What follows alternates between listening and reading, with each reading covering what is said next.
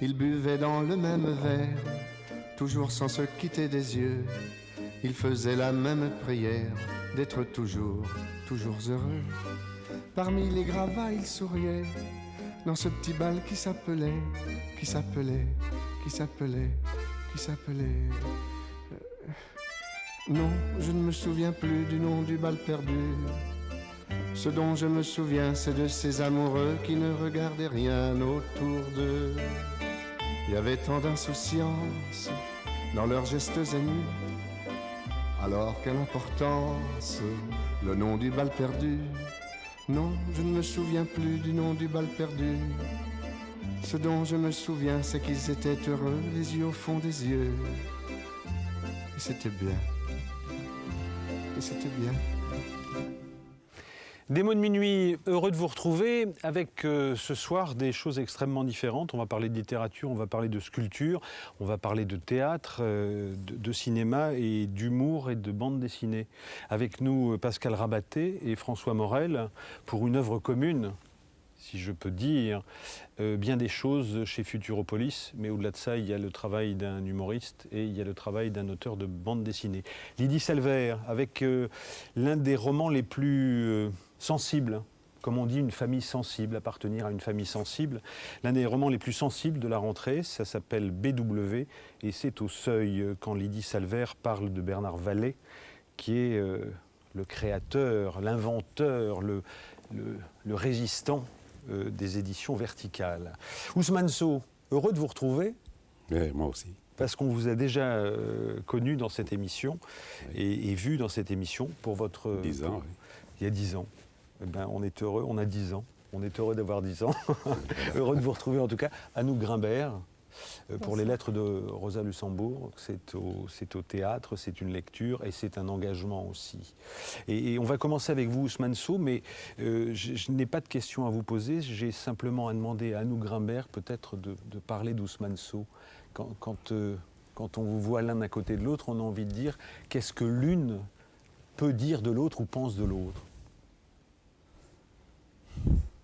J'ai connu Ousmane en Afrique.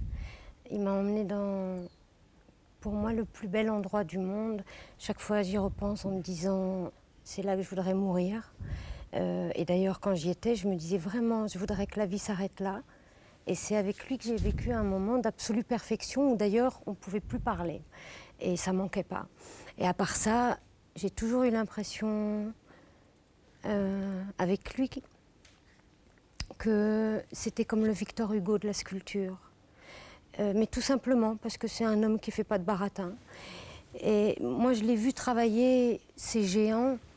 Et c'est un géant qui travaille les géants. Et il est travaillé par ces géants. 93. 1m93. Ouais, mais il travaille des vrais géants. J'entends bien. Ouais. J'entends bien. Et alors, il fait ça dans la cour de chez lui. Et c'est incroyable parce qu'il y a un lien si organique entre sa maison qu'il a fait de ses mains, ces hommes qui naissent de ses mains, et lui qui ressemble à ces hommes. Et là, vraiment, il y a un artiste. Alors, il y a un artiste, mais il y a d'abord un enfant qui fait pipi rose. Ah. Racontez-moi ça, Ousmane Sow. Pourquoi vous savez, ça c'était... Vous faites des concours de pipi rose quand vous êtes petit? Je pense que Béatrice a eu tort de le mettre, puisque même ma petite fille veut justement l'expérimenter. Bon, c'est les figues de Barbarie à l'époque. On a mangé, puisqu'il n'y avait rien. Et on s'est aperçu que ça donnait des teintes assez... ça passait comment dire, de la couleur champagne, couleur rosée. Et c'était encore beaucoup plus beau quand on pissait face au soleil. Parce que là, ça donnait des éclats différents. Pourquoi est-ce que vous riez, François Morel? C'est ça me fait plaisir de commencer une émission en parlant de pipi, comme ça. C'est très bien. Alors, vous parlez de Béatrice, c'est Béatrice Solé qui est votre agent et votre compagne. Alors, je sais qu'agent, c'est quelque chose que Lydie Salvert va détester parce que, l'agent en littérature, c'est sans doute celui qui signe la famille. Elle est plus qu'agent, puisque c'est elle... La famille de l'époque, le Pont des Arts, puisque c'est elle qui l'a produit. Donc, CN l'avait produit, le Pont des Arts ne sait pas. Donc, à Jean, Alors, le Pont des Arts, c'est votre exposition à Paris, c'est 3 millions de visiteurs sur le Pont des Arts, avec vos sculptures géantes. On vient de parler à Anouk Grimbert il y a une seconde. Hein. Dans ce beau livre, hein, même Ousmane Sow a été petit et a fait pipi dans le soleil, a fait pipi rose dans le soleil, comme... et là, par exemple, on voit hein, cette exposition au Pont des Arts. Il y a votre histoire, et dans votre histoire, on y lit forcément la sagesse, mais on lit aussi un rapport singulier entre l'Afrique et la France. Oui, bien sûr. Bon, moi, j'ai été justement, c'est ce que je dis à mes enfants qui sont métis, ils ont de la chance d'avoir deux civilisations. Moi, étant africain qu'africain, j'ai eu deux civilisations puisque la France, je peux dire, m'a happé à la sortie de l'adolescence. Donc, la bonne période où on peut être, comment dirais-je, malaxé, et ça m'a énormément servi. Et j'ai eu la chance de tomber sur des gens fantastiques. Des collègues, puisqu'à l'époque, je travaillais à l'hôpital Laennec pour gagner ma vie. Je n'avais pas de bourse. Donc, des gens extraordinaires.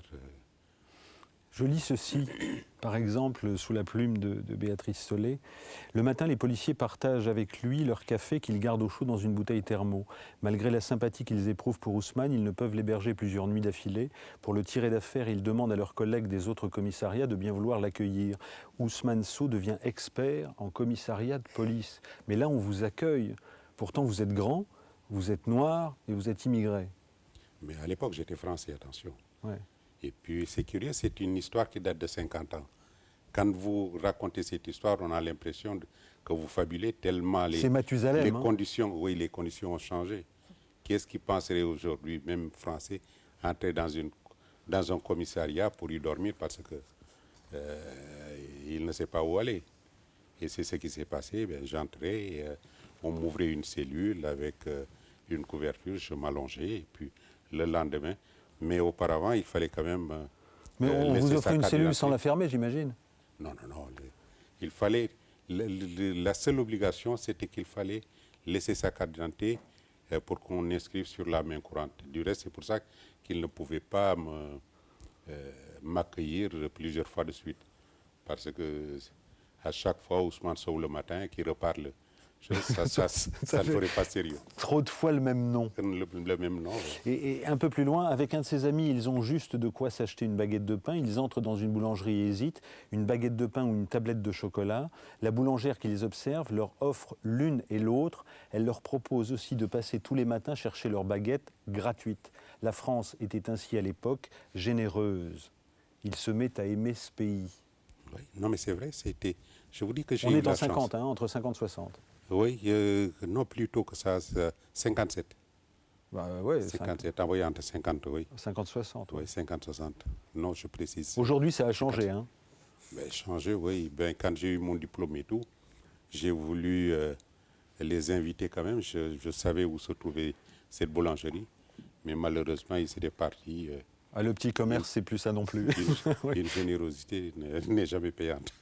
Et puis, avant qu'à 50 ans, vous décidiez de vous consacrer à la sculpture, que l'on va regarder dans quelques instants, vous avez fait un autre métier, puisque vous avez été kinésithérapeute, et donc vous avez eu un rapport avec les corps, avec une manière de travailler les corps, qui vous a été apprise par Dolto. Oui, Dolto. Non, on était une promotion assez extraordinaire parce que Carlos Dolto était en première année. Il y avait Pierre Richard, qui était un collègue, on était à côté.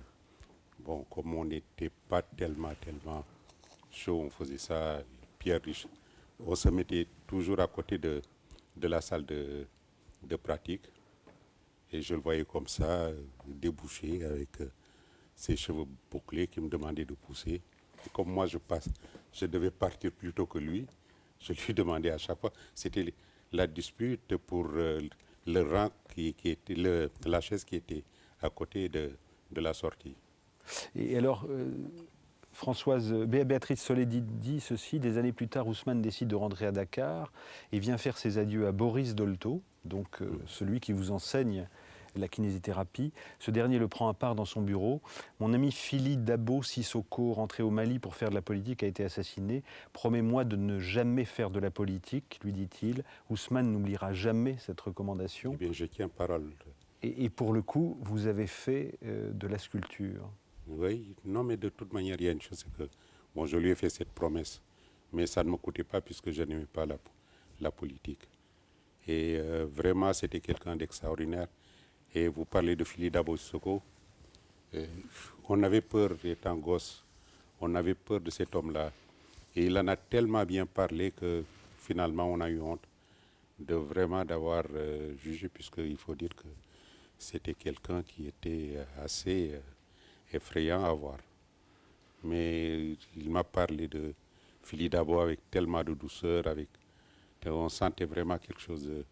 Et c'est là que vraiment révolté, il m'a dit, bon, maintenant je vous demande de me promettre de ne pas faire de la politique. Alors, avant qu'on regarde les lieux où sont exposées vos œuvres, je voulais vous poser une question sur ce qu'est le poulagou,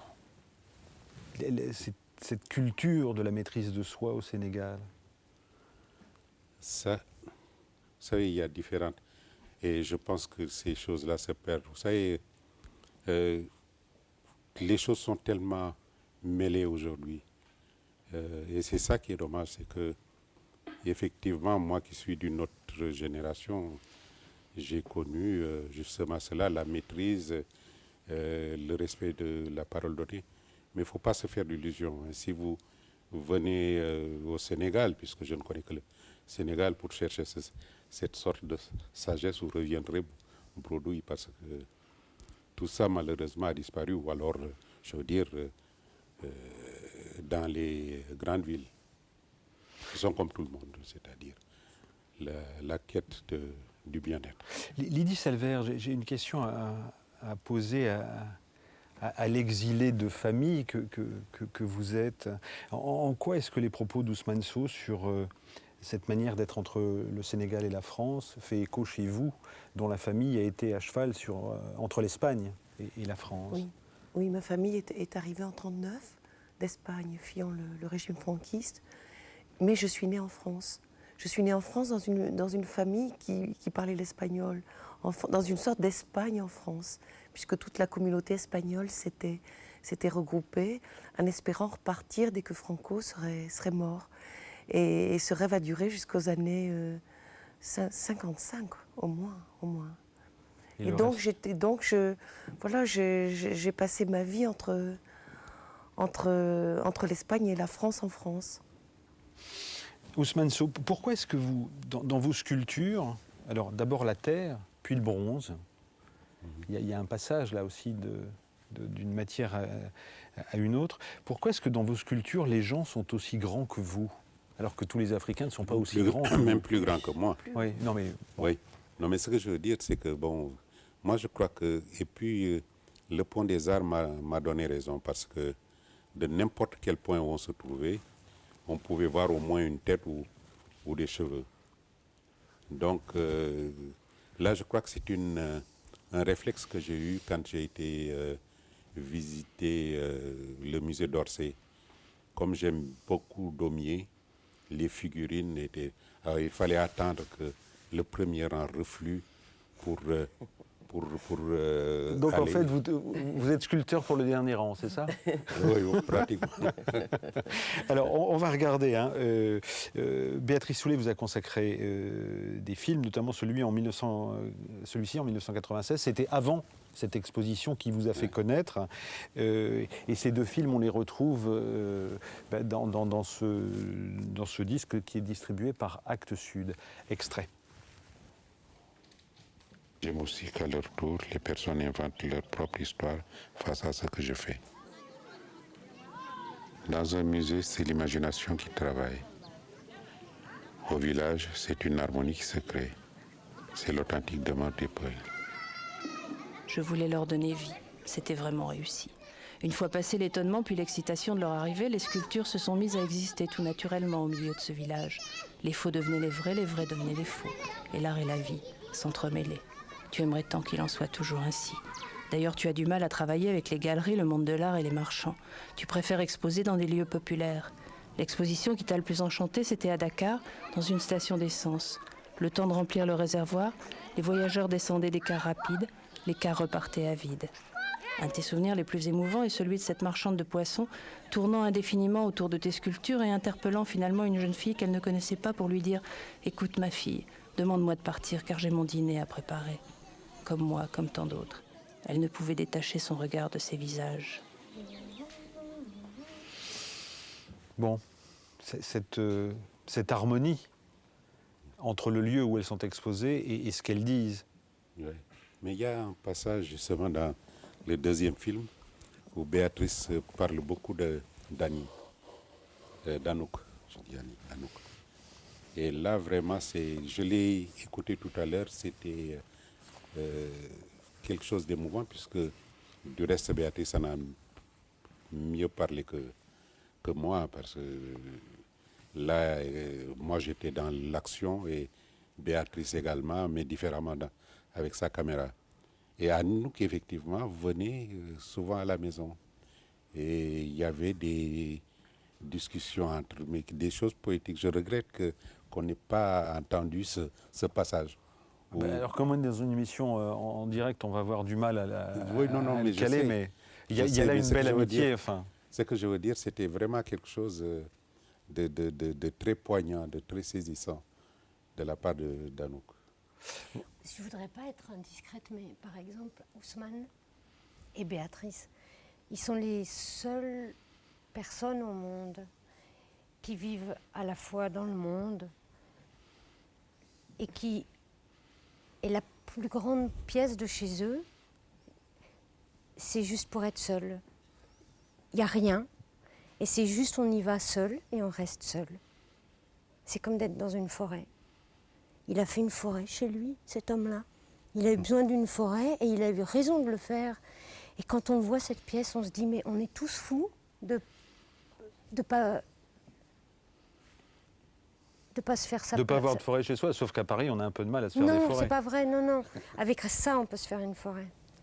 Non. Un mot de commentaire, Lydie Salvert, parce que je vous sens... Mais j'aimerais bien avoir ma forêt. Mais tout le monde aimerait. Ouais. Qu'est-ce qui fait qu'on ne se fait pas des forêts? À l'intérieur, c'est pas mal non plus. Le quoi? Je dis à l'intérieur, une forêt intérieure. Oui, c'est ça. Oui. Qu'est-ce qui fait qu'on ne se le fait pas? Mais là, je ne sais pas, la paresse. Trouver son foyer intérieur, c'est pas évident. Hein. Je reviens sur la matière. Votre matière, c'est de la terre d'abord et du bronze ensuite. Et je reviens à cette idée de l'art contemporain. Autrement dit, à votre rapport. Et là, pour le coup, on peut aussi parler d'argent. Dans un premier temps, vous donnez l'impression de vous en moquer ou de vous en foutre, si vous me passez l'expression. C'est-à-dire que vos pièces sont en terre, il pleut, elles disparaissent. Elles sont en bronze, elles ne disparaissent plus. Elles sont exposées à Besançon, par exemple, avec Victor Hugo. Mais il y avait au départ ce non-intérêt pour le marché de l'art contemporain. Or, aujourd'hui, vous avez de la valeur. Enfin, une valeur... Oui, mais il faut une petite rectification. C'est que, justement, ça ne disparaît pas parce que il a plu tout le temps sur le Pont des Arts. et les sculptures, je les ai encore. Donc vous les vernissez après ou... Non, rien du tout. Bon, c'est des sculptures qui ont voyagé à travers le monde de temps en temps. Comment dirais-je, répare, je réflexionne un tout petit peu. Mais disons que moi, ça m'a même surpris de voir la résistance, puisque c'était une sculpture qui était appelée à être démolie. Oui, justement. N'ayant pas de place, je me disais qu'une fois que c'est terminé, jusqu'à ce qu'un jour, un ami, mais un vrai, puisqu'il savait qu'il pouvait se le permettre, est venu me dire, les autres sculptures, je dis, c'était terminé, je les ai tuées. Il me dit, celle-ci, tu ne vas pas les détruire. Et il est allé au centre culturel pour comment dirais-je, voir l'animateur qui a organisé une expo. C'est comme ça que les choses sont parties. Est-ce que vous êtes encore en colère? Ça m'arrive, ça m'arrive. Parce qu'il y a cette chose extraordinaire quand même, hein. En 96, au Sénégal, je crois que c'est le Parlement qui vous achète une pièce d'une... Je ne sais plus quelle était la série. C'était la série des Maasai, me semble-t-il. Oui, c'est ça. Oui. C'est la série des Maasai, et donc ils vous achètent une pièce, et ils ne vous la payent pas. Et là, vous arrivez le jour où on devait vous payer, ou le lendemain du jour où on devait vous payer, vous arrivez avec votre camion et votre chariot élévateur, et vous virez la pièce. Oui, mais ils m'ont payé. Ce jour-là, paradoxalement. Au moment justement de l'enlever, on m'a appelé dans le bureau. Et moi, bien entendu, à Dakar, on se marre de dire cela, mais moi, c'est quand même triste qu'une institution comme l'Assemblée nationale attende qu'on... Ouais, on peut imaginer que dans un autre pays, vous auriez été embastillé rapidement quand même. Oui, mais ce qu'il y a, c'est que bon, le Sénégal, heureusement, on a encore ça. Et ce n'est par la grâce de personne. On est né comme ça, donc je pense que... Alors, dans vos œuvres, il y a les lutteurs, il y a bien sûr la bataille de Little Bighorn, référence aux Indiens, hein, et à la dernière victoire des Indiens, avant qu'ils ne soient dominés par l'homme blanc, si vous me passez aussi l'expression. Aujourd'hui, vous avez un travail sur les hommes célèbres. Alors, il y a bien sûr De Gaulle, il y a votre père, Mokhtar, et puis il y a Mandela, bien sûr. Mandela, alors j'allais dire presque paradoxalement, vous représentez en tenue sinon de rugbyman, du moins de footballeur. De footballeur, De Gaulle.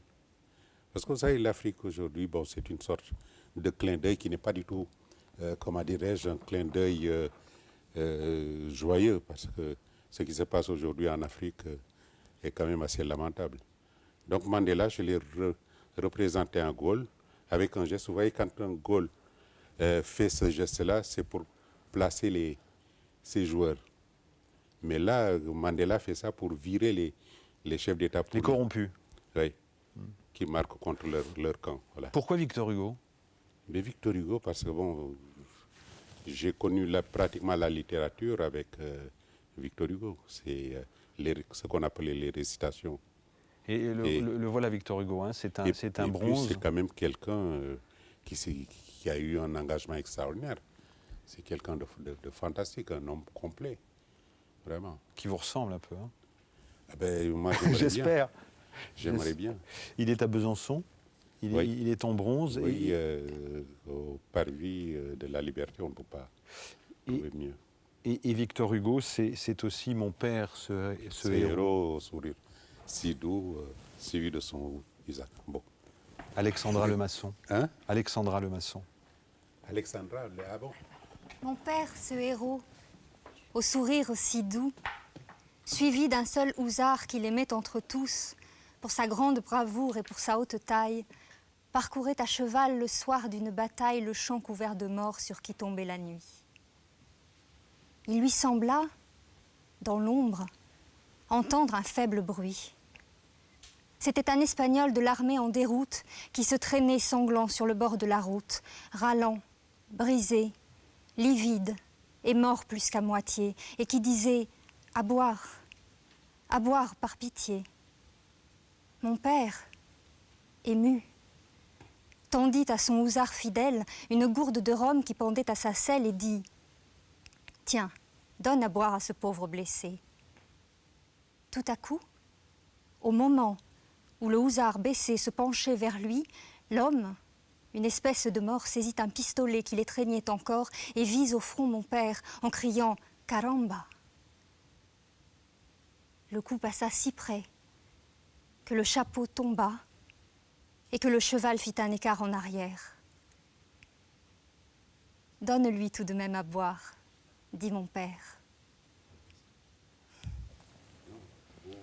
Vous avez 9 ans, 9 ans, et on vous apprend cette récitation. Mais c'est extraordinaire, c'est un bon démarrage. Ça. Il y a la tolérance, il y a la bravoure, il y a tout ce qu'on veut là-dedans. C'était quand vous aviez 9 ans. Vous avez quel âge aujourd'hui? Je vais avoir 74 ans le mois prochain.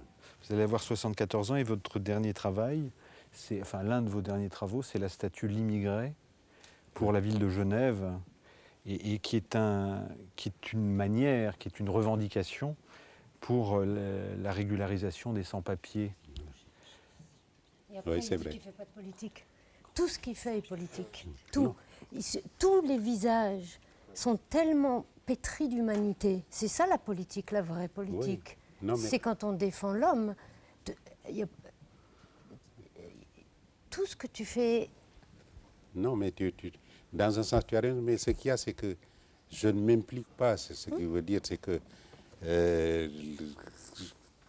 je suis, comment dirais-je, dans une position qui me permet, en même temps, le micro, j'ai la chance qu'on me demande mon avis. Et même quand on ne me le demande pas, je le donne. Donc, voilà. C'est Non, ça. Mais là, on vous autorise à le donner. On a demandé l'autorisation au ministère de l'Intérieur, etc. Vous êtes en règle. Non, ministère Donc vous de pouvez l'Intérieur, parler. Vous savez, j'ai assez de problèmes chez moi pour m'occuper des problèmes de France. Ça, c'est... Écho, messieurs, chez vous, de Ousmane Sow, Pascal Rabaté, François Morel. Je suis d'accord avec ce que dit Anouk. Je pense qu'il y a plus de politique dans ce qu'on vient de voir que dans le dernier livre de Giscard d'Estaing, par exemple. Il n'est pas sorti. Non, je fais partie des 3 millions de gens qui sont allés sur le pont des Arts il y a quelques années. Je suis surpris que ça fasse déjà 10 ans. Et ce qui était extrêmement impressionnant, c'était de voir tous ces géants les uns à côté des autres.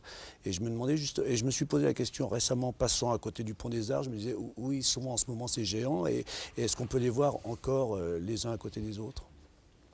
Oui, enfin, là maintenant, on est en train de travailler là-dessus.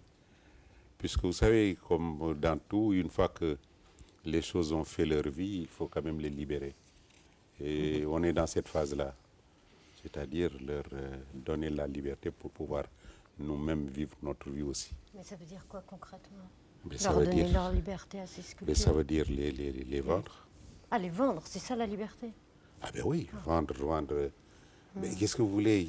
Je ne peux pas les détruire comme je faisais avant. Hein?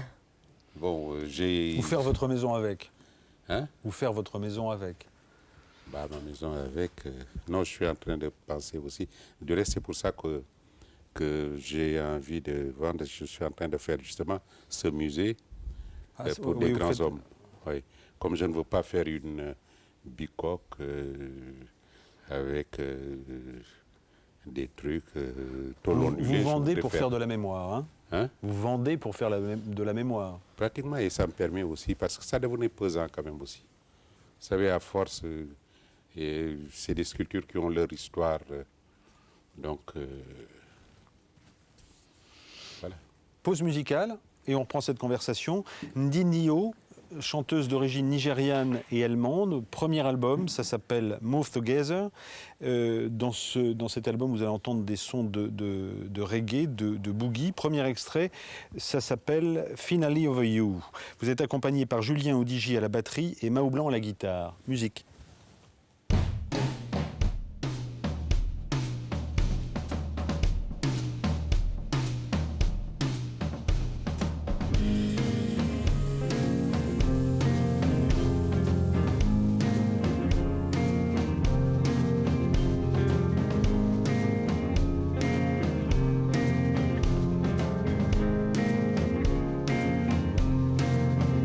I gave myself away again.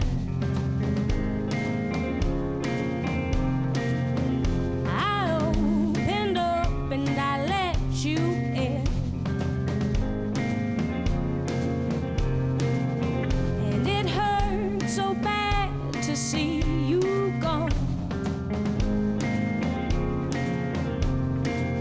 But I guess you weren't meant to come along.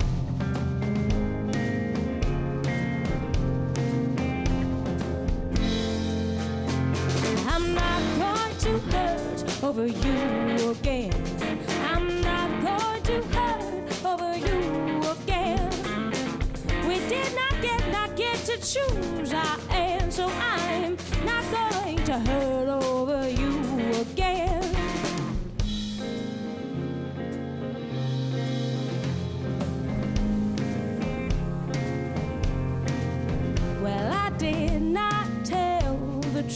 last time. Now you're far gone, I don't wonder why. I still waited for you on your steps. No show, it rains, now I'm all wet.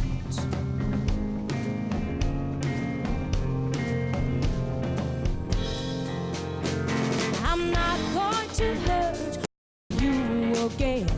I'm not going to hurt over you again.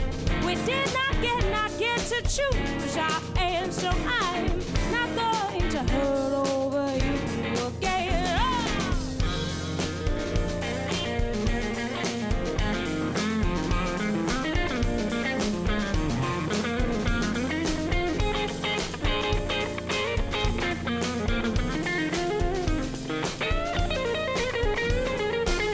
Well, I know I don't need to hang on, and I guess I shouldn't give you any more songs. Oh, free, that's where we belong. Oh, free, that's where I belong. Oh, I'm not gonna cry over you again. I'm not gonna cry over you again, 'cause it's done, we're done, I'm done, it's done, oh, it's done, and I'm gonna move.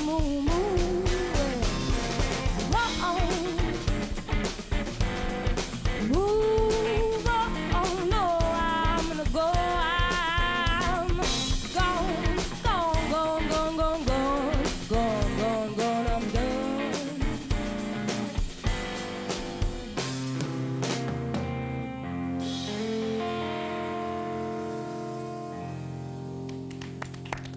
L'Indio qu'on va retrouver tout à l'heure. Anouk Grimbert, je voudrais vous lire, dans une réponse à une question à nos confrères de Télérama, ça date de 2005, et vous dites ceci: c'est un malentendu, je n'aime pas le théâtre, j'adore au contraire la sensation de me libérer du théâtre de la vie, de l'illusion, du mensonge, j'adore péter le plafond. J'aime trop ce qui est vrai, sans volonté de paraître, sans séduction. Vouloir séduire est si humiliant pour soi-même. C'est utiliser des artifices, mentir, s'enfermer dans une prison. Adolescente, je me rêvais plutôt avocate ou religieuse. J'avais besoin de me battre pour la vérité ou de m'abandonner dans la solitude d'un monastère. Le silence, le non-jeu. Vous dites ça, mais depuis que vous êtes jeune et depuis l'âge de 13 ans, si je ne m'abuse, vous êtes sur les planches ou devant une caméra. C'est raté, votre histoire Assez. de 2005. Il faut que je me coltine le paradoxe d'être exposée, d'être conduite à tricher, alors qu'en effet, je n'aime que... Enfin, j'aime immensément et la solitude et tout ce qui n'est pas de la représentation. C'est bizarre, mais je passe ma vie je suis en représentation et je passe ma vie à lutter contre. Comment faites-vous ? Je ne sais pas. Facile, trop facile. Non, comment faites-vous ? pas du tout. C'est pas facile du tout. Mais je plaisante. Non, mais c'est pas que je me débine, c'est que réellement, je ne sais pas. C'est comme... de toute façon, si vous demandez à quelqu'un qui est en équilibre comment il fait pour tenir, s'il se regarde, il tombe. Alors François ne Morel, le demandez pas. On va lui demander. Vous êtes en équilibre. Comment faites-vous pour ne pas tomber ? Je sais pas, je fais comme je peux. Mais je me souviens une réponse, je crois que c'était Jean-Pierre Cassel qui avait dit ça. Il avait dû dire si j'avais eu une main en moins, j'aurais essayé de faire du piano. Et dans le fond, on est tous dans nos paradoxes comme ça. C'est parce que par exemple, on est timide qu'on a envie de faire du théâtre, ou parce qu'on a envie de solitude qu'on va vers la foule. Peut-être. Si c'était si simple, on ferait aussi des choses plus simples. Bien sûr. Vous le vivez comme une tricherie. Non, mais par exemple, au théâtre, quand pour la 50e fois je pleure à un moment donné, c'est pas le fond de mon âme qui est là, c'est de la fabrication, mais c'est simplement moi, mon seul plaisir est d'essayer de faire oublier, complètement de faire oublier que je fabrique, de le faire oublier aux gens, mais même à moi. Alors, c'est fatigant. Et bon, c'est fatigant et puis en même temps, pas toujours, parce qu'il y a des heures de vol vraiment plaisantes où en effet on raconte une histoire à des gens, mais on manipule rien. Non ? Puis en trichant, on atteint le vrai parfois. Ben, en tout cas, ce qui est sûr, c'est que dans Disent la les vie, écrivains. alors que les choses sont censées être vraies, on est quand même cerné par le faux. Et bizarrement, c'est à cet endroit-là où on répète, où on manigance, où on triche, hein, c'est à cet endroit-là que finalement on va chercher. Mais ce qu'il y a, c'est que tu as la chance, toi, de t'en rendre compte. Il y a des milliers de personnes beaucoup plus retors qui ne le sentent même pas, qui ne le savent pas. Toi, tu sais, tu connais les limites. Donc, tu analyses, c'est déjà... Et donc, on peut dire qu'elle ne triche pas. Si, les deux. C'est les deux. Enfin, vous savez que vous trichez, donc... Mais je pense que c'est comme vous quand vous écrivez. Vous écrivez quelque chose d'absolument vrai, mais vous l'écrivez. Voilà, on est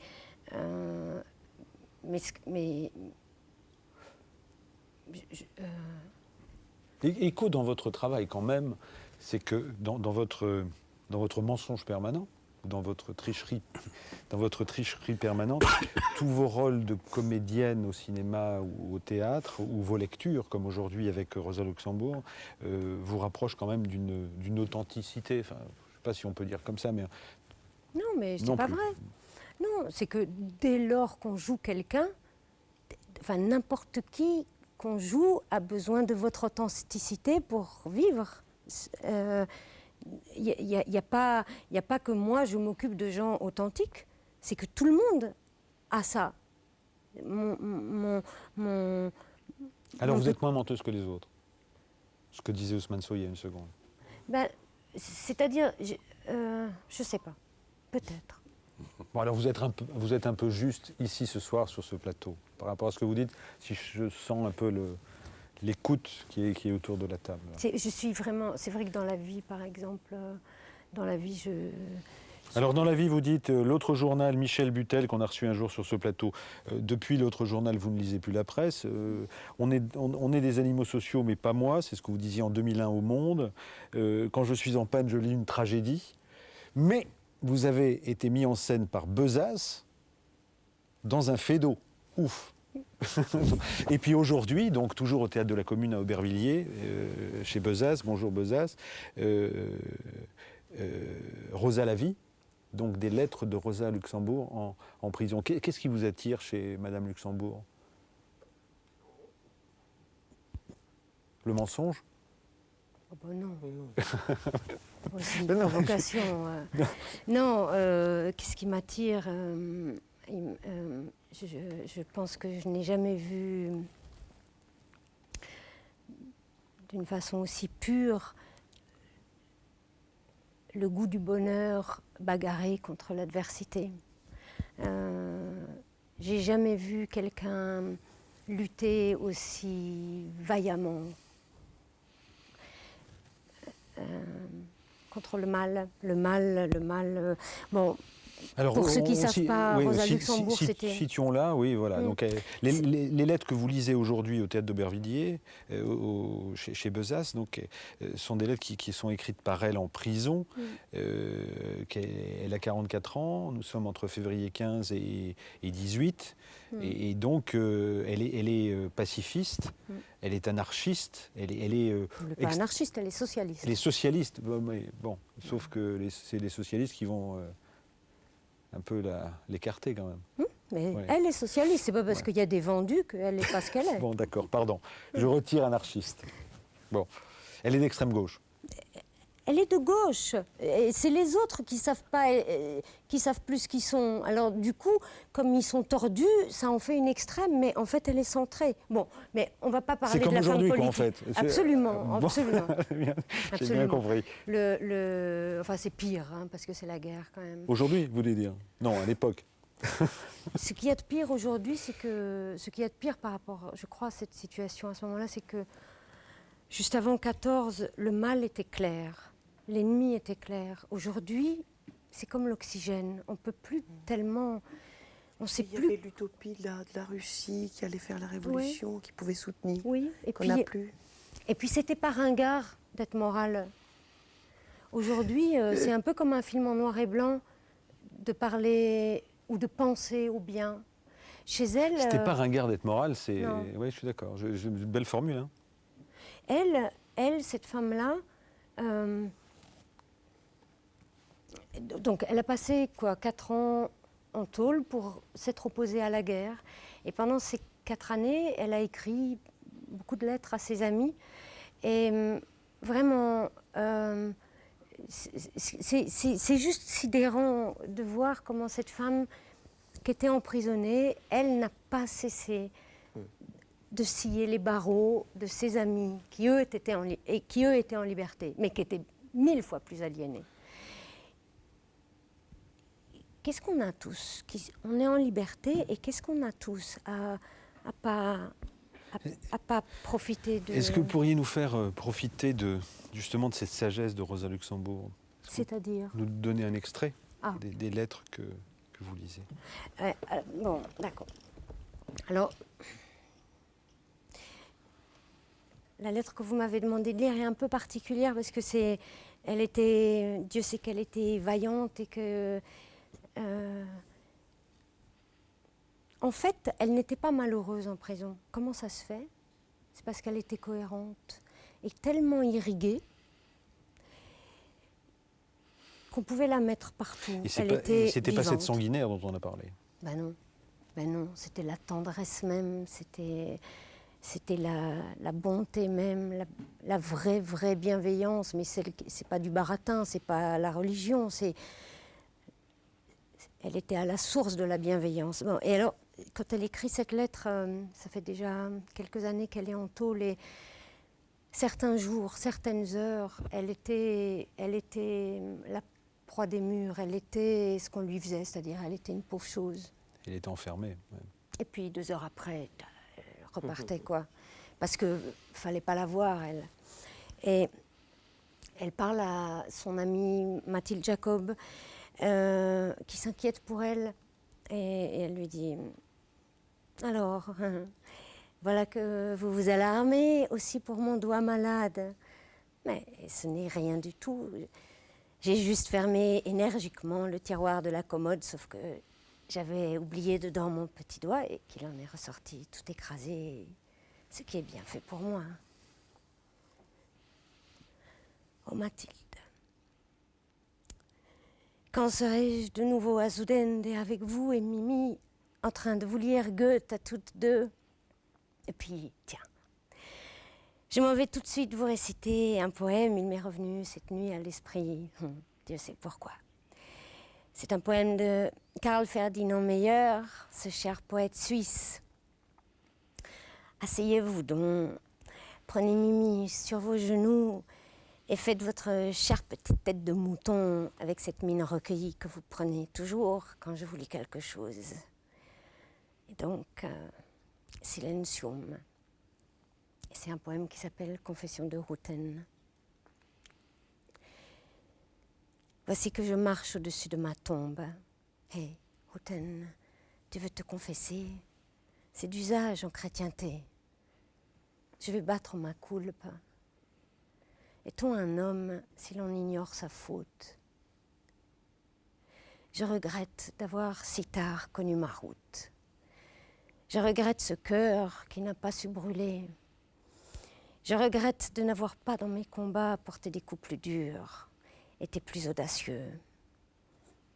Je regrette de n'avoir été banni qu'une fois. Je regrette d'avoir eu peur des hommes. Je regrette ce jour passé sans coup porté et cette heure où j'ai laissé les armes. Je regrette, le confesse, et je fais repentance de n'avoir pas montré 3 fois plus d'audace. Cette conclusion, vous me la mettrez sur ma tombe. Vous avez pris ça au sérieux, Mathilde? Eh bien, moquez-vous-en. Sur ma tombe, et comme dans ma vie, Il n'y aura pas de phrases grandiloquentes. Sur la pierre de mon tombeau, on ne lira que 2 syllabes. C'est le chant des mésanges charbonnières que j'imite si bien qu'elles accourent aussitôt. Et figurez-vous que dans ce qui jusque-là fusait clair et fin comme une aiguille d'acier, il y a depuis quelques jours un tout petit tri, une minuscule note de poitrine. Et savez-vous, mademoiselle Jacob, ce que cela signifie? C'est le premier léger mouvement du printemps qui arrive.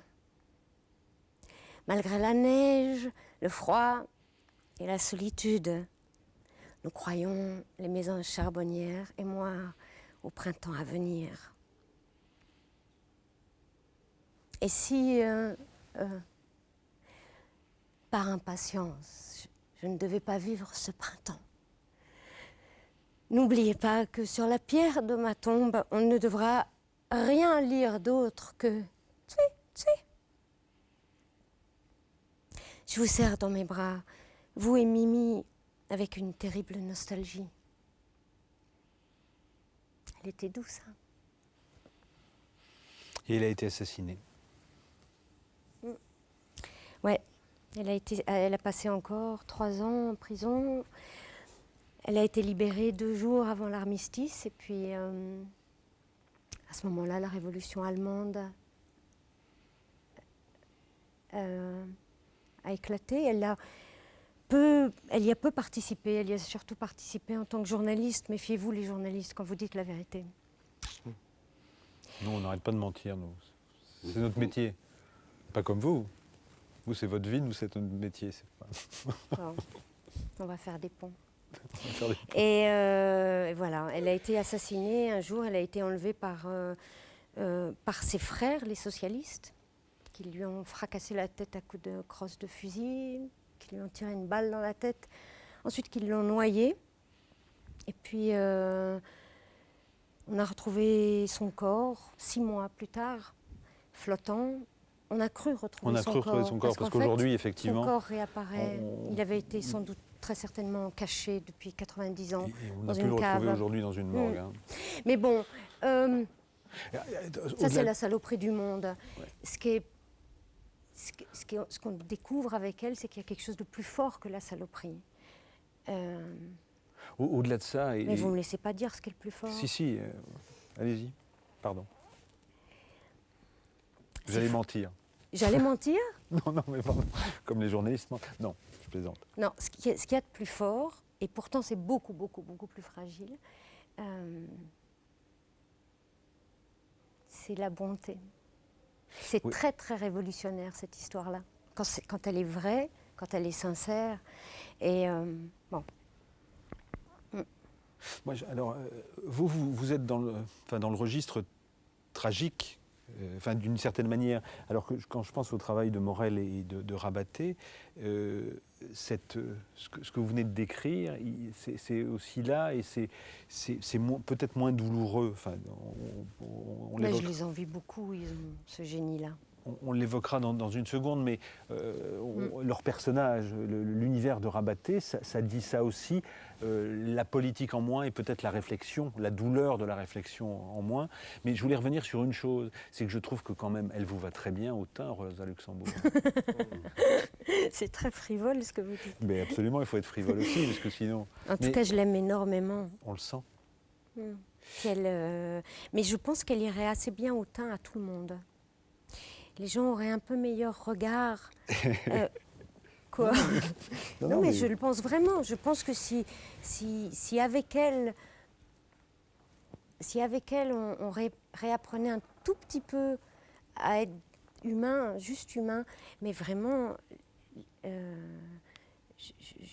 ce serait moins tragique, quoi, de croiser les concitoyens dans la rue. Mais à part ça, vous me dites que je suis tragique, mais pas du tout. Non. Sur ces lettres-là, et c'est vrai qu'on est plutôt dans, pas tragique, mais un registre franc, sincère et sans doute douloureux par rapport à l'évocation de la politique quand on fait le rapprochement avec ce qui se passe aujourd'hui. C'est ça que je voulais dire. Et mon rire, c'était un rire d'acquiescement. Hein. Au-delà de ça, Anouk Grimbert, donc vous avez fait du cinéma, etc. Et aujourd'hui, vous êtes peintre, et on vous découvre peintre, et vous exposez. Que disent vos peintures de ce que vous êtes? Oh, quelle angoisse! Quoi, quelle angoisse? De répondre à cette question. Ah non. Non, ça va. Non. Qu'est-ce que ça dit de moi? Oui, enfin, en tout cas, qu'est-ce que vous essayez d'exprimer dans la peinture? Est-ce que c'est, enfin, on vous sent à la fois dans le théâtre, dans le cinéma, on vous sent ou là dans cette lecture, on vous sent en question, enfin, en essai de justesse, en volonté d'être juste avec ce que vous êtes. Je ne sais pas, je sais pas quoi dire. Je sais que dessiner... Peindre, c'est autre chose, c'est dire autrement. Oui. Oui, c'est dire sans mots, ce qui est quand même c'est une très grande, ça c'est quand même un très très grand bonheur. Qu'est-ce que je peux dire?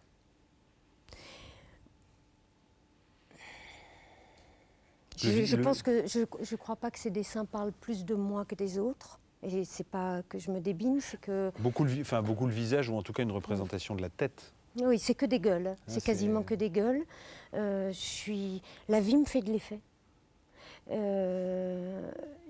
Et très souvent, je ne peux plus parler de ce que je vois. Je trouve ça pas bien, ce qui se passe. Je n'arrive pas à faire avec les gens. Je ne les comprends pas. Je comprends pas ou je comprends trop et j'ai envie de me tirer. Et je dessine. Et je sais pas comment dire. Je sais que le dessin me hante beaucoup plus que ou le théâtre, ou le cinéma, ou le jeu. C'est un lieu et un temps où je suis très très très très heureuse et pourtant je vois bien que c'est noir. Ah bon Ah bon? Ça vous semble noir, mesdames et messieurs? Non, je trouve qu'il y a des références. Enfin, je vois des choses aussi poétiques que les toiles de Paul Klee. Il y a des choses... en effet, il y a les côtés Rainer, les photos rayées. Enfin, je regarde les fusains, mais ça reste vivant, c'est le principal. Oui, c'est pas mortifère comme représentation. Donc on sent la vie et en plus... il n'y a pas de systématisme dans la représentation, donc moi je sens une espèce de... Mais parce que moi, réellement, je me fiche de savoir bien dessiner ou pas. C'est pas ça du tout que je cherche quand je dessine. Je voudrais juste pouvoir exprimer ce que je sens, des gueules que je croise, des situations que je vis, mais même toutes proches, la famille, les amis, l'amour, les désolations des relations, le danger qu'on est les uns pour les autres, étonnamment. Et aussi, parfois quand même, qu'il y a des vrais étonnements, que ça se passe bien. Et votre visage dément parfaitement ce que vous dites. Est-ce que vous avez un objet? Oui.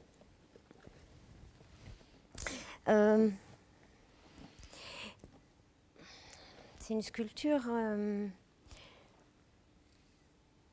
C'est une sculpture que un jour je suis allée chez un ami, c'est beaucoup dire, mais quelqu'un que j'aime bien, c'est un sculpteur, il s'appelle Jean-Yves Gosti, et de temps en temps, comme ça je vais voir son travail, et puis dans son atelier, et ça c'était un bonhomme qui était en chantier. Et il n'était pas fini, il aurait dû avoir des yeux, une bouche, tout le bordel, quoi. Comment ça, le bordel? Le bordel. Chez un homme, c'est pas le bordel, attends. Si, quand même, c'est en trop, non, souvent. Non. C'est en trop. Et je lui ai dit, ah, mais c'est tellement beau comme ça. Et je lui ai acheté ça.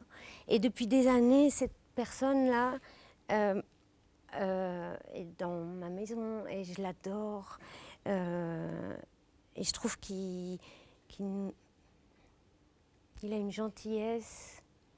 Ben oui, il n'a pas de bouche, il n'a pas d'yeux. Il a un visage en forme de cœur. Oui, puis il a une tête lourde, mais quand même, il est si léger. C'est un bon petit frère, quoi. Voilà, et souvent, je me dis, quand je suis en travail, en répétition, ou même en dessin, je me dis, fais gaffe à pas trop bien terminer. souvent, un détail tue tout. Faut faire gaffe à... À laisser ouvert. Oui, il y a un côté inachevé qui a tellement à voir et avec l'humain et avec, je crois, ce qu'on a envie de raconter. Parce que finalement, on raconte ça, nous. Un mot de commentaire, mesdames, messieurs, sur ce que vous avez entendu de Anouk Grimbert. La vie me fait de l'effet, j'adore la formule. Moi, je trouve sa voix merveilleuse, vraiment. Céline disait que la littérature, c'était 3/4 de flûte, 1/4 de son, et dès qu'elle ouvre la bouche, moi j'entends la flûte, et une flûte la plus sensible du monde, vraiment. Et parfois au bord du rire, parfois au bord des larmes. Vraiment une voix merveilleuse. C'est ça l'avantage d'avoir à côté de soi des personnes. Moi, tout ce qu'elle dit, c'est quelque chose... Dès qu'elle parle... Mais même sans le dire, on le sent. C'est pour ça que j'ai été étonné. Enfin, étonné qu'à moitié, puisque nous jouons tous la comédie. Mais je pense que celui qui s'approche le plus de la réalité, c'est encore elle. Enfin, ce que j'en sais d'elle. Donc voilà. Vous aimez le roman noir, les films noirs? Oui. L'inconnu du troisième étage, un film de Boris Ingster, Peter Lorre, John McGuire, collection RKO aux éditions Montparnasse. C'est la suite. Les éditions Montparnasse ont décidé de rééditer, même d'éditer des choses puisqu'elles sont inédites, le film noir des années 40. Voici un extrait de ce film RKO avec Peter Lorre, l'inconnu du troisième étage. C'est un psychopathe qui terrorise un quartier. Envie de film noir, regardez.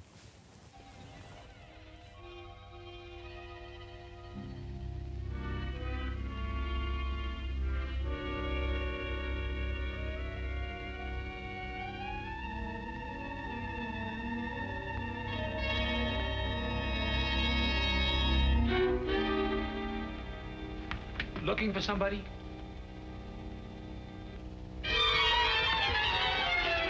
What do you want? Who are you? Hey! Wait a minute.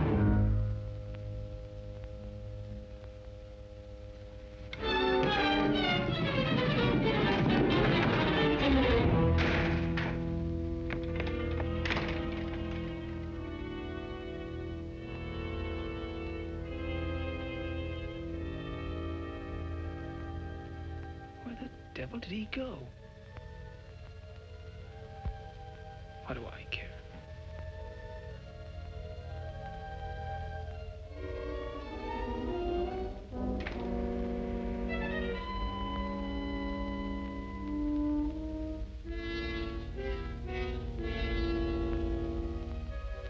What was he doing in here? Was he trying to rob the place? Can't be very bright. There isn't anything worth stealing in the whole block.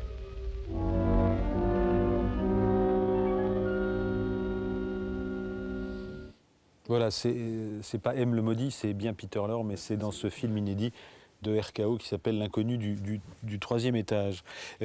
François Morel, Pascal Rabaté, vous avez travaillé ensemble sur bien des choses publiées aujourd'hui chez Futuropolis, sauf que bien des choses, c'est d'abord un spectacle de François Morel et Olivier Saladin, qui a été monté à Avignon, qui est repris aujourd'hui.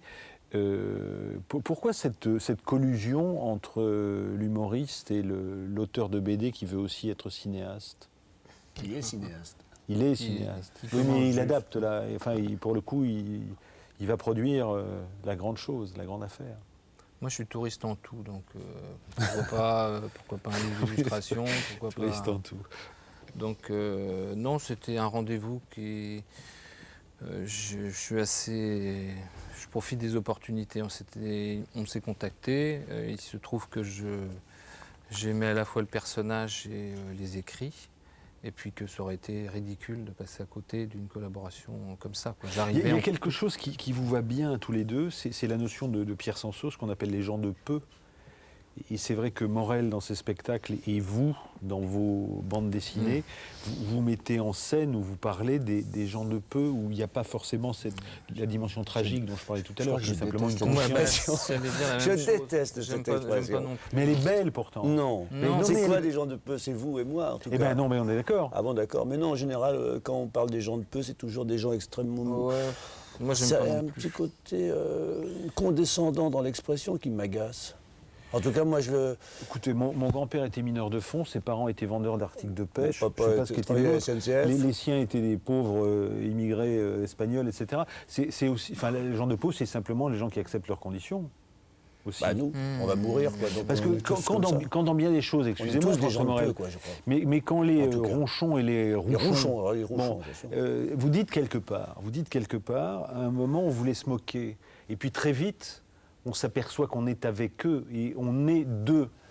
Je voulais pas me moquer, en fait, au départ, je voulais, enfin, là, je pense au spectacle, je voulais faire un spectacle méchant. Et Bah ouais. parce que j'en avais marre qu'on dise, oh, il est gentil, François Morel. Ça m'agace parce que je suis pas du tout gentil. Et donc, je me disais, comme moi, je sais pas, j'ai un goût, par exemple, pour des humoristes méchants, comme Rézère ou des gens comme ça.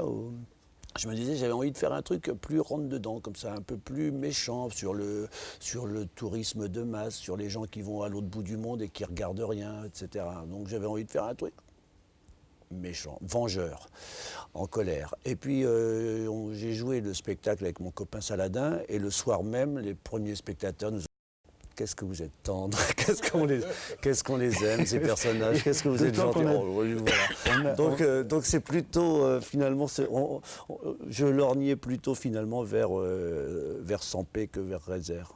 Et en tout cas, quand Sanso parle des gens de peu, il n'y a jamais de nuance péjorative. D'accord.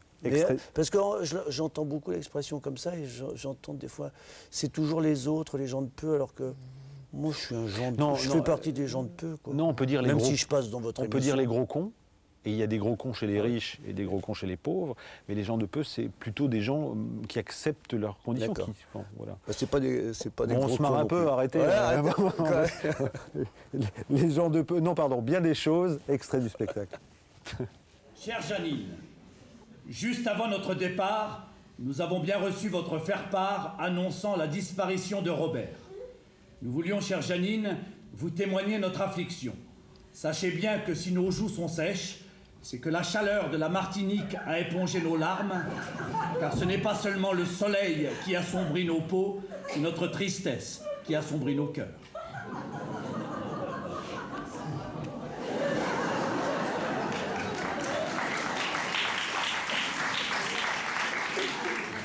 Ah, c'est mérité. C'est tellement, c'est vraiment, c'est de la, c'est chaque. Ça m'est venu d'un jet. Oh bah écoutez, continuez. Ben, s'il y a d'autres décès.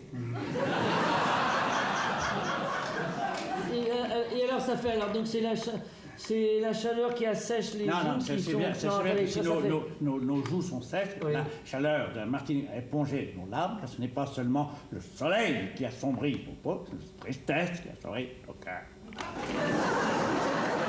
Bon, alors, attendez, parce que alors ça fait alors donc, ce sont c'est la Martinique. Bon, attends, c'est la chaleur de la Martinique a épongé nos larmes, car ce n'est pas seulement le soleil qui assombrit nos peaux. Ah, il faut mettre de la crème.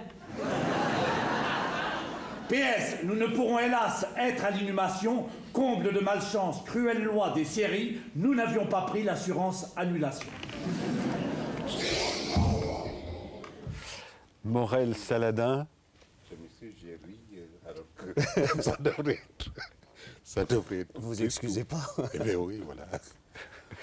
Morel Saladin, bien des choses, c'est publié chez Poulidor.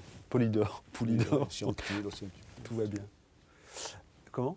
Chez Anquetil aussi. Chez Anquetil aussi, oui, d'accord. Bon. Alors, bien des choses, quand vous allez voir le spectacle, j'imagine.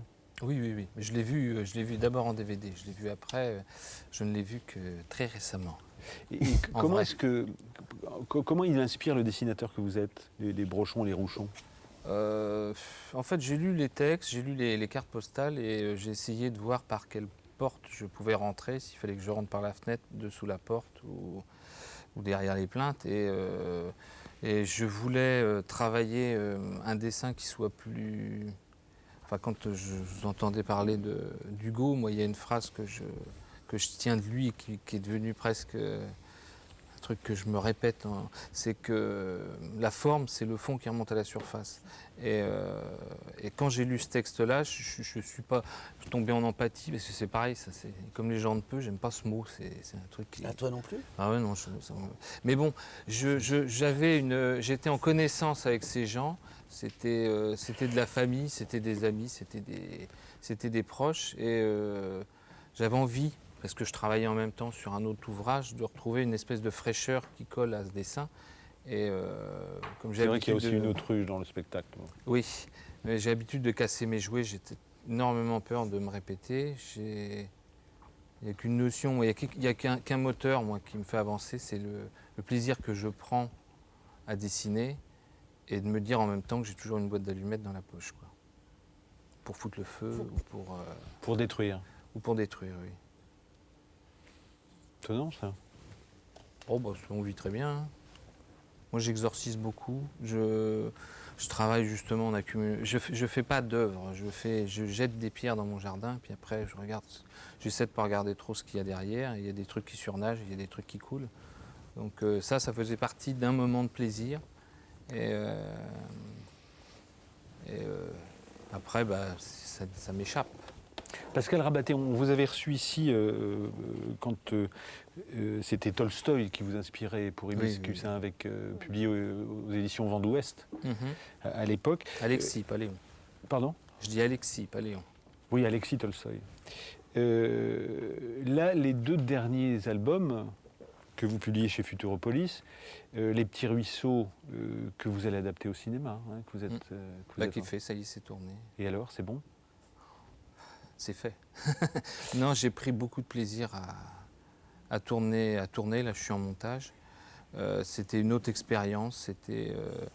J'ai toujours essayé de chercher le hasard, de pétrir un peu mon dessin, de torturer un peu le trait. Et là, de me dire qu'il y a des acteurs qui vont faire des propositions, de m'adapter au climat, de m'adapter au décor, de m'adapter aux choses, c'est quelque chose de fantastique. J'essayais de créer le hasard, moi, dans mes bouquins, en essayant de rien prévoir à l'avance. C'est très sexuel, votre film, par rapport à votre livre, il y a un peu de cul dans votre BD. Il y en a aussi. Sinon, ça n'avait pas d'intérêt, quoi. Enfin, je veux dire, parler de la sexualité du troisième âge, s'il n'y a pas un minimum de désir ou de regard là-dessus... il y a eu de très bons films qui ont été faits là-dessus. Je pense au 7e ciel d'un Allemand dont j'ai oublié le nom, par exemple, mais qui est tout à fait étonnant. Je remarque, hein, Les Petits Ruisseaux, c'est 2006. C'est quand les Petits Ruisseaux 2006 peut-être. Oui, 2006. Et Le Petit Rien tout neuf avec un ventre jaune, c'est 2009. Et il y a les images de fin, donc entre ces 2 albums, il y a 3 ans, ou enfin il y a quelques années, peu importe, il y en a 2, 3, et vous parlez des gens. De rien, pas de peu. Et dans l'album qui date de 3 ans, on a ces 2 vieux extraordinaires, magnifiques, qui revivent en allant à la pêche tous les 2. Et dans le dernier album, on a ces 2 jeunes qui se disent « on s'appelle », promis dit l'autre, et qui se séparent d'un trottoir à l'autre.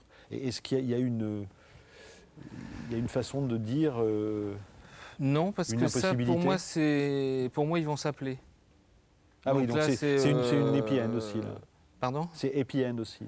Non, c'est pas happy end, je laisse les trucs ouverts. Je pense qu'un livre, un film, une toile, une œuvre d'art, s'il n'y a pas un niveau d'interprétation, s'il n'y a pas du hors-champ, s'il n'y a pas de liberté, un truc n'a pas d'intérêt. Donc, sans faire de boutade, ce que je réussis le mieux, moi, en bande dessinée, c'est les intercases, quoi. C'est ce que les gens vont y mettre. Quand je faisais Ibicus, je coupais beaucoup les gens parce que des moitiés de visage, ça n'existe pas. Donc, plus je coupais, plus je donnais à reconstituer au lecteur et plus j'étais heureux. Donc, c'est l'interprétation. Moi, je dialogue. Donc, j'essaie que mes bouquins soient ouverts et que... j'ai des retours très négatifs du dernier où les gens me disent que c'est déprimant à souhait. Non, on dirait du Hannou Grammaire. Non, je plaisante, pardon. Je plaisante. De toute manière, pour moi, c'est un de mes bouquins les plus positifs. Donc j'ai essayé de parler de la dépression, mais en regardant comme si c'était un gamin de 10 ans qui regardait, en essayant de voir justement tous les petits à côté. C'est vrai que de faire de votre déprimé quelqu'un qui vend des farces et attrapes, c'est vrai que c'est un peu angoissant, quoi. Oui, mais la phrase forte du bouquin, c'est ce que lui dit la deuxième nana quand elle le quitte. Elle dit « Je peux t'aider à te relever, mais je ne peux pas t'aider à tenir debout. Quand tu t'aimeras, je reviendrai peut-être. » Et c'était ça, en fait, le type tombe et puis se relève. Et ils vont peut-être pas s'aimer, mais il a appris à reprendre l'agnac et justement, il a sa boîte d'allumettes dans sa poche. Qu'est-ce qu'il va faire? Mais au moins, il ne se laisse plus aller, quoi. François Morel, ça c'est un vrai des chiens, c'est pas un faux des chiens, on rigole pas avec lui. Hein. Lequel? Lui, enfin... Lui si on rigole. Si, quand même. Si. Je suis un faux dépressif. Qu'est-ce que c'est un faux dépressif? Il y a des vrais dépressifs? C'est quelqu'un qui sourit peu pour pas rider, mais qui intérieurement est plutôt content. François Morel, quand vous reprenez avec Saladin ce spectacle sur cette lecture des cartes postales que chacun peut écrire, c'est un spectacle qui a été créé à Avignon. Comment est-ce que vous le revisitez? On continue à s'amuser, à se relancer, à inventer des choses, des petites choses. C'est un spectacle qui s'est créé dans le plaisir, dans la facilité. J'adore jouer avec M. Saladin, c'est un partenaire magnifique et on a du plaisir à le jouer devant les gens qui découvrent ce texte-là tous les soirs. Et je suis très sensible à ce que disait Pascal sur l'intercase, parce que c'est un spectacle aussi où les gens se racontent plein de choses. Je crois qu'avant, j'avais beaucoup envie, j'étais pas très sûr de moi quand je faisais des spectacles, je suis pas toujours très sûr, mais quand même je fais beaucoup confiance dans l'imagination du spectateur. Et le spectateur se raconte des très belles histoires sur ses voyages. Enfin, souvent ils me disent qu'est-ce qu'on a voyagé ce soir avec vous, alors qu'on pourrait croire que c'est des petites histoires minables, ridicules, auxquelles on ne peut pas s'accrocher. Finalement, si, on part avec ces personnages-là et ils nous touchent. Est-ce que vous avez un objet avec vous? Oui. Toi d'abord. Moi d'abord. Moi, j'ai pris une carte postale. Et j'ai pris une carte postale que Jean Rochefort m'a envoyée. Parce que je lui avais demandé de participer au spectacle. Et je lui disais surtout que je lui demandais sa participation, mais que je ne comptais pas le payer. Et donc, il m'a envoyé ce petit chien. Et il m'a répondu « Cher François, hélas, j'accepte et vous remercie de ne pas envisager d'honoraires pour ma participation, me sentant de par là même moins impliqué artistiquement, car vous ne pouvez ignorer la rigueur et la recherche d'absolu qui ont toujours été mes guides intangibles durant ma déjà longue activité. Une chose m'inquiète, je crains de trouver un certain plaisir à ce que vous me proposez, l'érosion sans doute. » Jean Rochefort. Alors Jean Rochefort qui lit dans le spectacle une carte postale écrite par le chien abandonné sur une aire d'autoroute. C'est ça, un chien abandonné. D'un coup, il y a un souffle de désespoir et d'abandon dans le spectacle, j'adore ça. Oui, mais en plus, il a trouvé une copine sur l'aire d'autoroute. Oui. Donc c'est pas gênant. Enfin, pour lui, en tout cas, pour le chien. Et vous avez un objet? Moi, je suis plus pragmatique. Comme je suis quelqu'un d'assez premier degré, j'ai pris un tire-bouchon. Mais bouchon. J'ai appris tout à l'heure que c'était un tire-bouchon, que j'avais même pas fait gaffe que c'était un jeu de mots. J'ai juste acheté ça en allant acheter du matériel de pêche. Et je trouvais qu'en design, il était plutôt joli. Il joue dans le film. C'est pas le meilleur acteur, mais c'est celui qui a le plus servi. Et vos parents étaient bien vendeurs d'articles de pêche? Oui. En partant de chez moi, j'ai hésité entre la carte postale et le tire-bouchon. Heureusement que je n'ai pas pris le tire-bouchon. Laisse-moi le premier degré. Enfin, magnifique premier degré, hein, soit dit en passant. Je déteste le second, ceci dit. Mesdames, monsieur, un mot de commentaire sur les Olibrius que vous venez d'entendre?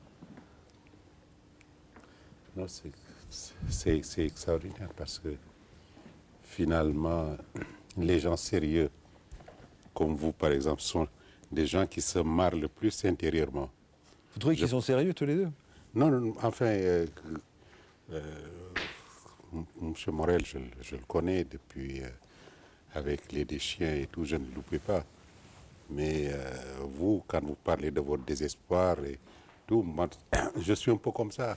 C'est un peu de l'égoïsme de ne pas partager justement ce qu'on a à l'intérieur de soi, c'est-à-dire une sorte de marade, quelque chose de très fort qu'on ne peut pas sortir parce que ce serait un éclat extraordinaire. J'ai vu pratiquement tous ceux qui ont mine d'être tristes, c'est des humoristes. Quand on creuse bien, c'est des humoristes. En tout cas, j'en ai rencontré qui sont... Enfin, ceci dit, je ne suis pas du tout dépressif. Je suis merveilleusement heureux. Vous êtes un faux ami. Voilà. Et faux tout le temps. Et certainement, vous vous marrez tout seul. Oui. Bah, oui. Bon. Tout seul chez moi. À suivre, Lydie Salvert, BW, c'est publié au Seuil, c'est un livre sensible dont je parlais tout à l'heure. Musique, avec Ndidio, deuxième extrait de son album Move Together, ça s'appelle He Needs Me.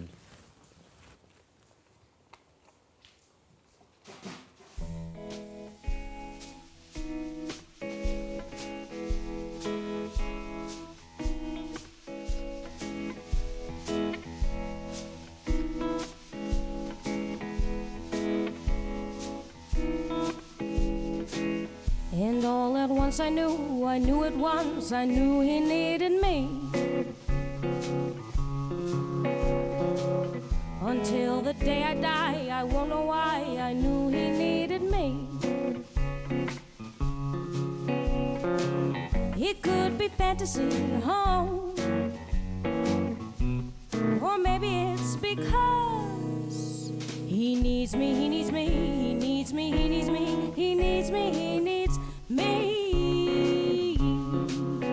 Da da da da da da da da da da da dum, da da da da da da da da dum.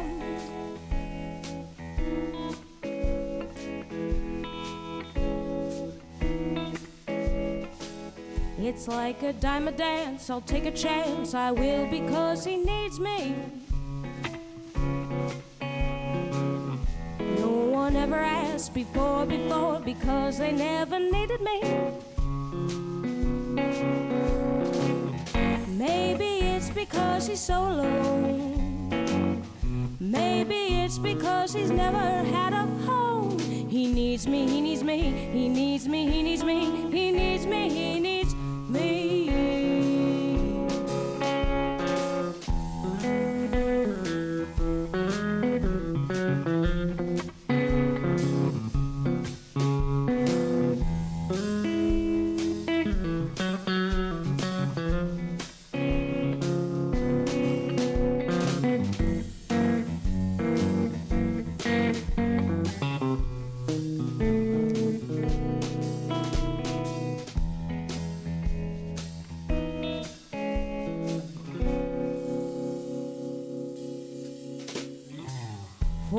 For once in life, I finally found that someone needed me. And if it turns out real, then love can turn the wheel. Because he needs me, he needs me, he needs me, he needs me, he needs me, he needs me. Oh yes, he needs me, he needs me, he needs me, he needs me, he needs me, he needs me. Oh, oh, oh, oh, me. Da da da da da da da da da da da dum. Da da da da da da da da dum.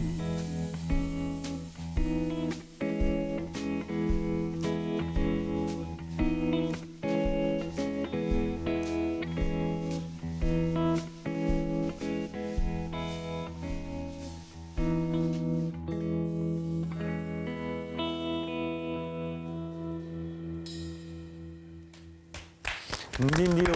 Merci, bravo. Lydie Salvert, je voulais saluer nos confrères du Matricule des Anges qui vous consacrent en septembre 2009 un éloge de la déraison. Et je voulais citer un propos que vous tenez à mon confrère Thierry Guichard. Vous dites ceci en parlant de la télévision. qui est sans doute votre plus grande angoisse. À chaque fois que je me dis que si c'est trop mauvais, si ça ne passe pas bien, je vais faire semblant de m'évanouir, mais je n'y arrive pas. Bêtement, je joue les bons petits soldats. Je crois toujours que je vais pouvoir dire une parole forte qui défendra le livre, mais j'en suis incapable, je n'arrive pas à coïncider avec ma pensée, je suis complètement affolé dans ma tête, je suis insuffisante en parole publique. Vous voulez que j'en donne la démonstration? Non, l'émission est terminée. Non, ce serait génial. Alors, elle est en train de se dire quel salaud. Non, je voulais simplement vous dire le plaisir qu'on avait de vous recevoir ici et le plaisir que vous nous avez donné à la lecture de ce livre. Et ceci en dehors du contexte. Et je parlais tout à l'heure de famille sensible, et vous réussissez ce tour de force dans une écriture qui n'est pas votre écriture habituelle, à faire un livre superbe sur la littérature, sur l'homme que vous aimez et sur l'amour en général. On arrête là. Alors, simplement, d'où ça vient ce livre? Je dis vite les circonstances peut-être. Oui, dites rapidement. Donc, celui que j'appelle BW dans le livre fait un décollement de rétine. Il est opéré en urgence et pendant 3 semaines, il est prisonnier de son lit, dans le noir et aveugle. Et il va me parler pour que je reste assise auprès de lui le plus longtemps possible. Il va me parler de sa vie passée, présente, après s'être oublié, parce que je pense qu'il s'est oublié tant il était immergé dans son travail d'éditeur. Il est éditeur. Et il va, me parlant de lui et dans cet état de captivité dans lequel est Rosa Luxembourg, qui paradoxalement donne parfois une sorte de lucidité, il va se poser les questions qu'il avait laissées de côté, concernant l'édition notamment. Est-ce que je travaille selon mon cœur dans ce métier? Est-ce que je peux habiter la littérature et le milieu littéraire en même temps qui me débecte? Est-ce que les mutations qui affectent l'édition ne me chassent pas de l'édition? Enfin, des choses graves comme ça. À la fin et il me dit un jour, je vais quitter la maison d'édition que j'ai créée. Verticale. Verticale. Et je me suis dit qu'il fallait absolument faire la louange de ce geste de partir que personne ne comprenait autour de nous.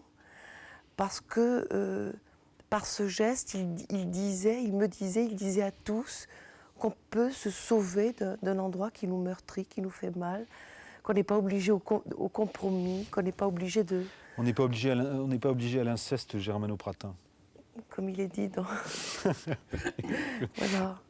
Et voilà, donc le livre est entre autres la louange de ce geste qui est un geste qui déroge à tous les modèles du gagneur, de celui qui réussit à tout prix, de celui qui s'accroche à tout prix au détriment de l'éthique, etc. Bernard Vallée, édition verticale, BW dans le livre de Lydie Salver. Oui, jamais nommé. Jamais nommé. Oui, parce que j'avais peur de ce qui est arrivé d'ailleurs. C'est que la personne réelle barre l'accès au livre et que le décollement entre la personne et le personnage, entre la réalité et le roman ne se fasse pas chez les quelques critiques parisiens. On va vous lire dans une seconde avec Alexandre Lemasson. Est-ce que vous avez... enfin, en tout cas, si moi je vous dis, c'est sans doute votre meilleur livre, ou votre livre le plus juste, alors qu'il s'agit d'une histoire qui vous touche totalement et intimement, et pourtant c'est de la littérature. Ah oui.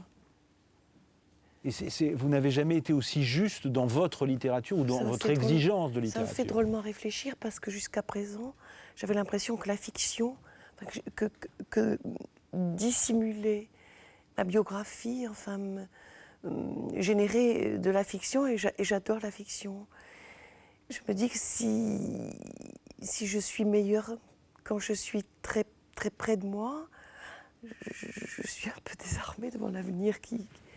Enfin, je sais pas. Lydie Salver, BW, c'est ceci, Alexandra Lemasson.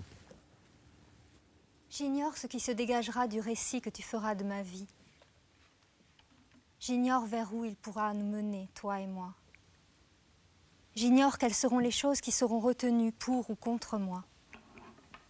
Mes prouesses sportives, qui me semblent aujourd'hui beaucoup moins prestigieuses qu'autrefois. Mes voyages et l'amère tristesse qu'ils laissèrent en mes veines. Mes 30 ans acharnés dans l'édition jusqu'à l'impossibilité finale. Les livres que je n'ai pas écrits. Ce que nous ne dirons pas de notre lien d'amour farouchement gardé. Ce que tu auras passé sous silence. Ces 1000 choses que tu auras passées sous silence. Je ne sais pas du reste ce que j'escompte de ce livre. Qu'il me débusque, qu'il m'absolve.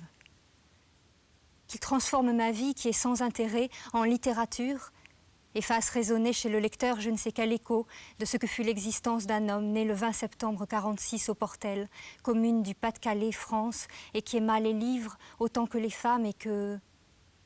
Et que quoi? Et que les bêtes. Merci beaucoup. Alors j'hésite entre... c'est bien le Portel, hein, c'est Pas-de-Calais, tout ça, c'est Nord-Pas-de-Calais, il faut défendre le Nord-Pas-de-Calais, j'en suis. Mais dans ce livre, on a à la fois, or vous êtes une casanière absolue, on a un récit de voyage époustouflant, parce que Bernard Vallée est un grand voyageur et qu'il a eu ces voyages initiatiques qui forment la jeunesse, blablabla. Ce livre est un livre d'amour étonnant. Qui n'est jamais déclaré. Qui n'est jamais déclaré, mais... si, sauf que moi je le lis. Hein.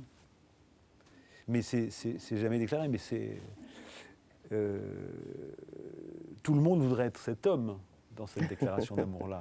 Mais lui aussi. Il me dit, j'aimerais tant être BW. Ah, excellent. Et puis la dernière chose, c'est la littérature. Alors, de votre point de vue à vous, on entre comment? Le récit de voyage, la littérature, le roman d'amour? Moi, je m'en fous. Et puis vous voulez que je m'évanouisse tout de suite? Vas-y, allez-y, évanouissez-vous. Alors, je vous relis un peu, alors. Oui. Alors, un peu de sexualité, si vous voulez. Pareil. Comment? Qu'est-ce qu'elle a dit? Non, jamais, ça viendra jamais. Jamais, jamais. Non, je dis c'est toujours pareil, la télévision me rend... Folle. Non, absente. Bête, ce qui est bien pire. Non, vous n'êtes pas bête. Ce que vous avez dit jusqu'à présent est loin d'être bête. Et alors, voilà, ça donne ceci. Alors, la sexualité, j'ai oublié l'essentiel, qu'elle m'offre un vrai lit en 160 avec plein d'oreillers, 8, dans une vraie chambre super luxe. Et que nous nous entrechoquions avec fureur, puis que nous nous combinions comme deux bêtes, puis que nous nous emboîtions du mieux possible, puis que nous nous collions l'un à l'autre en poussant de longs braiements, puis la chose expédiée, que nous nous livrions réciproquement au pressement de nos poings noirs ou autres semblables tendresses en échangeant des serments mirifiques, tout en les sachant parfaitement bidons. Ah. Ça, c'est le récit de la solitude, du voyage, d'un voyage il est où là? Je crois qu'il est en Inde. Ouais. Et il n'a pas eu de relation amoureuse depuis longtemps et il se découvre un cœur de midinette. Et vous parlez remarquablement des hommes, même si c'est un homme qui se confie à vous. Enfin, vous réussissez à transfigurer ce besoin. Et le voyage aussi, enfin, ce qui me plaisait de dire, c'est le voyage comme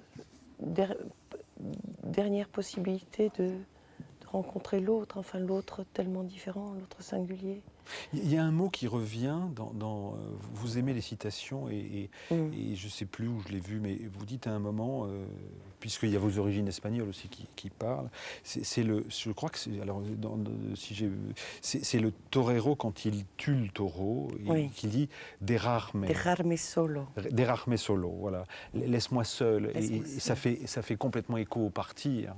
Oui, aussi.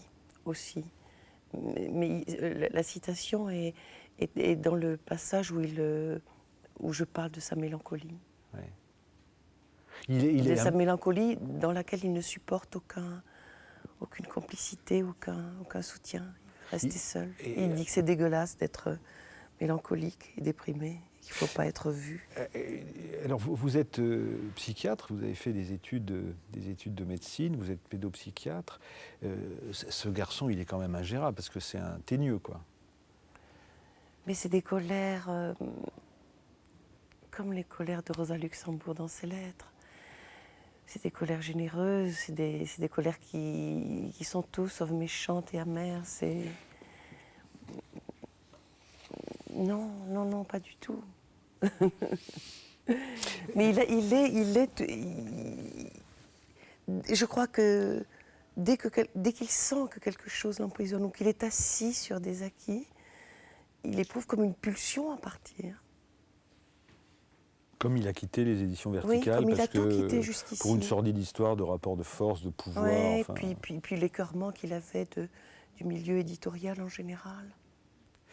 Du milieu éditorial en général, tu es en colère, dis-je, mais pas du tout, éclate BW, pas le moins du monde. Ai-je l'air de quelqu'un en colère, s'exclame-t-il, tendu à bloc. C'est quand même incroyable de me faire un reproche pareil. Je dis simplement, si tu daignes m'écouter, je dis simplement que leur recherche incessante du profit immédiat et cette horrible tendance des fins utiles qui les caractérisent vont précipiter la fin de l'édition. Je parle de l'édition telle qu'on me l'a appris, telle que je l'aimais, et je soutiens mordicus, ma chère, écoute-moi avant de penser que je radote, je soutiens mordicus que l'abondance insensée de livres misérables, mais à consommation rapide, va devenir une tumeur proliférante dont l'édition finira par clamser.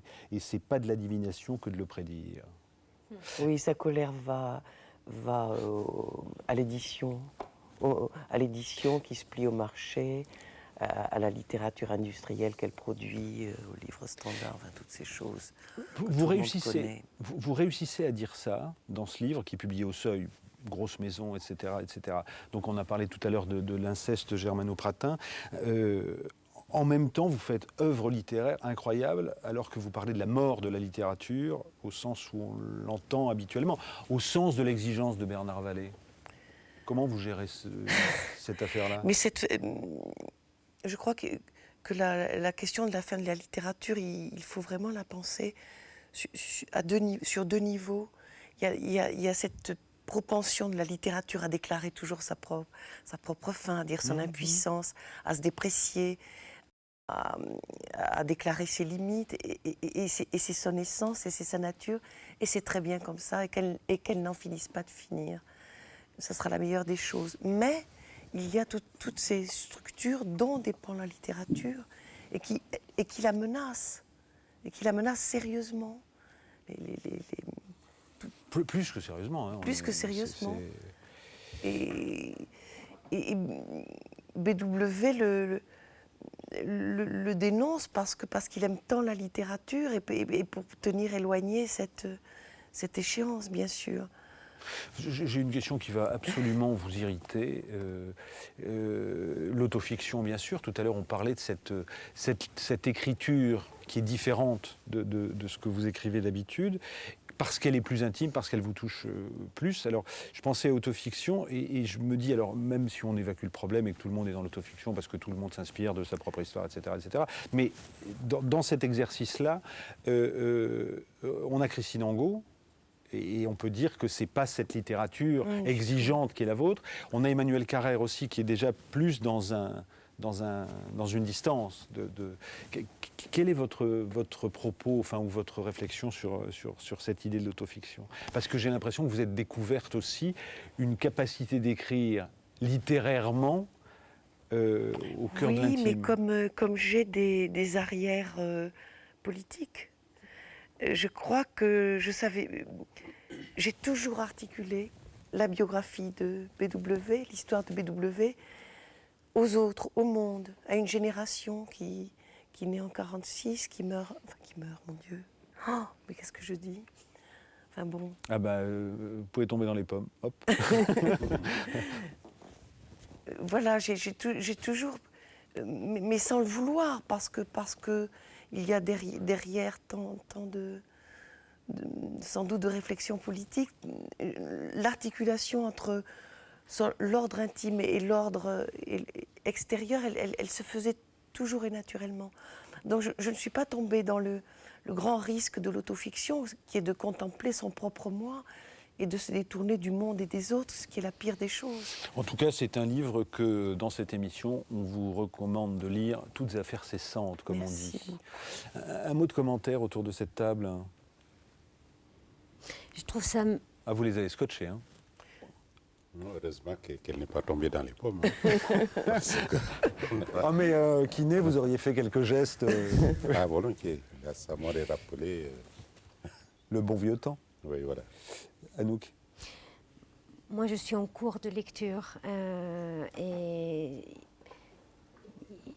c'est de ces livres où on a hâte, on serait prêt à décommander des rendez-vous, foutre le boxon dans sa vie pour retourner pour retourner avec ces deux personnes, et lui et elle. Lui, ses colères à lui font tellement de bien. Oui.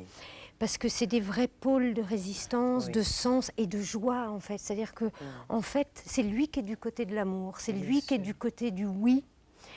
Et tous les autres ne savent plus de quoi ils parlent. Et elle a un tel respect de ce que les autres prennent pour de la folie. Elle valorise tellement ça que ça devient vraiment... ça devient un pays à habiter. Et puis c'est juste, je veux dire, on ouvre le livre et c'est une écriture d'une telle transparence, et vraiment ce que l'amour nous fait faire. Oh là là, c'est incroyable, hein? Mais oui. J'ai pas dit le contraire. Mais oui, mais vous le pensez pas, vous. Ah, vous n'avez pas le droit de dire que je mens. Si. Non, je vous interdis de dire que je mens. On essaie en de tout pas cas, mentir. vous vous foutiez de ma gueule. Non, je ne me crois fous que jamais. si. Non. Attendez. Cette émission est faite d'affinités électives. On ne reçoit que les gens qu'on aime bien, a priori. Bon. Voilà. Bon, d'accord. Je suis pardonné? Tranquille, alors. Tiens, Sigmund Freud, 70 ans qu'il est mort. Et donc, aux presses universitaires de France, on continue à éditer et rééditer ses œuvres complètes. Œuvres complètes psychanalyse, c'est les textes psychanalytiques divers, 94-99. Et puis le tome 2, études sur l'hystérie et textes annexes, textes fondateurs du travail de Freud avec Breuer. C'est presse universitaire de France. Voilà. Merci mesdames. Merci Ousmane Sow. Merci messieurs. Merci de cette conversation. C'était sympa. On se retrouve la semaine prochaine. Bonsoir, bonne nuit.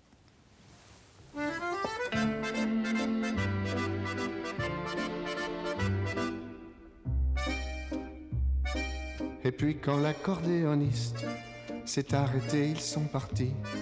Le soir tombait dessus la piste, sur les gravats et sur ma vie. Il était redevenu tout triste, ce petit bal qui s'appelait.